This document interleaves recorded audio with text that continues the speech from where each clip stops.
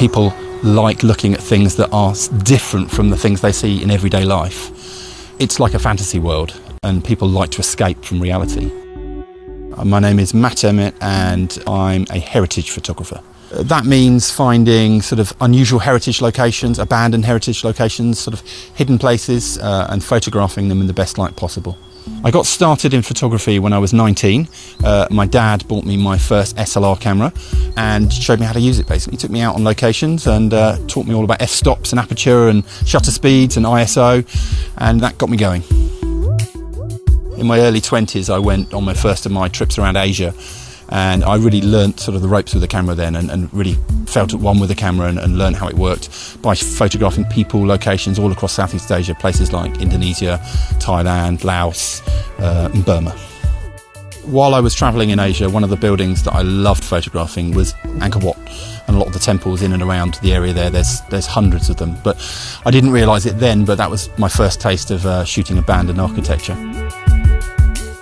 At first it was all about the imagery for me, but within time they get under your skin, and you start to realise that there's this whole other world out there of locations that look totally different from anything you've seen before, and it's addictive. You start exploring these places, and I think I've shot around 140, 150 buildings now, and I'm not stopping. The building for me has to have a story to it. You go there, you find things in drawers, signs on walls, just little clues that are left behind that tell a story about who was there, who lived there, who worked there. They're the things that come across really well in the photos, capturing these little details and these signs of the previous existence that happened there.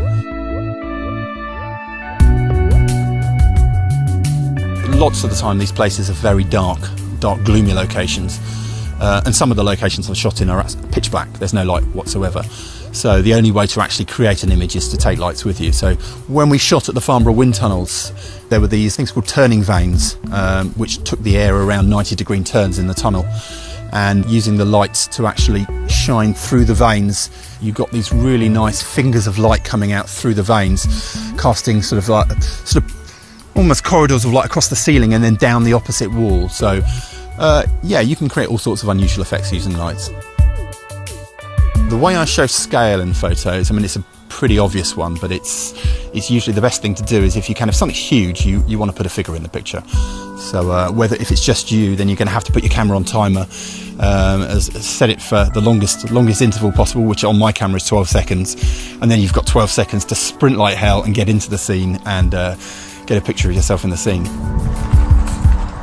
One of the things I think abandoned buildings tell us about the world we live in is what could come to pass if the unthinkable happened. For example, there's some sort of apocalypse, but it shows us that human existence is transient, that it's temporary.